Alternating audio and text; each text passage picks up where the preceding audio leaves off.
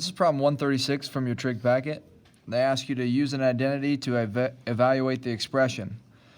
So they give you sine of 2 times sine inverse. This kind of looks to me like, with the sine of 2 times sine inverse, a double angle formula.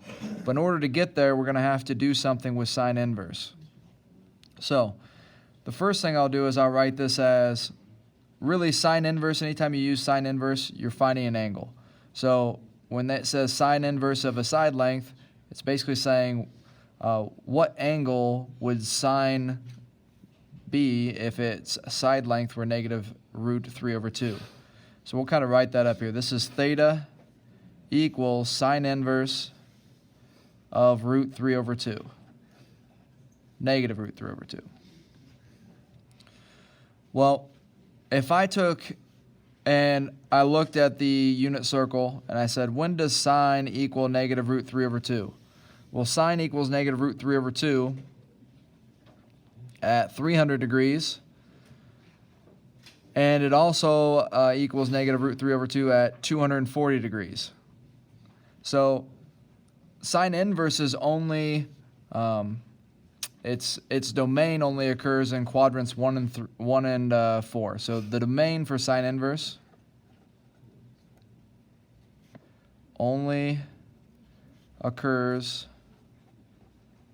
in quad 1 and quad 4. So of those two angles, so theta being 240 degrees and 300 degrees, the one that I want to focus on is the one that is in quadrant 4, because that's where sine inverse can occur. So what I'm going to do now is I'm going to plug in 300 into this formula here. So basically what I've done so far is I said theta equals sine inverse. So that would be sine of 2 times theta when I replace sine inverse with theta. But now I know theta is 300 degrees, so I can say that this is sine of 2 times 300 degrees.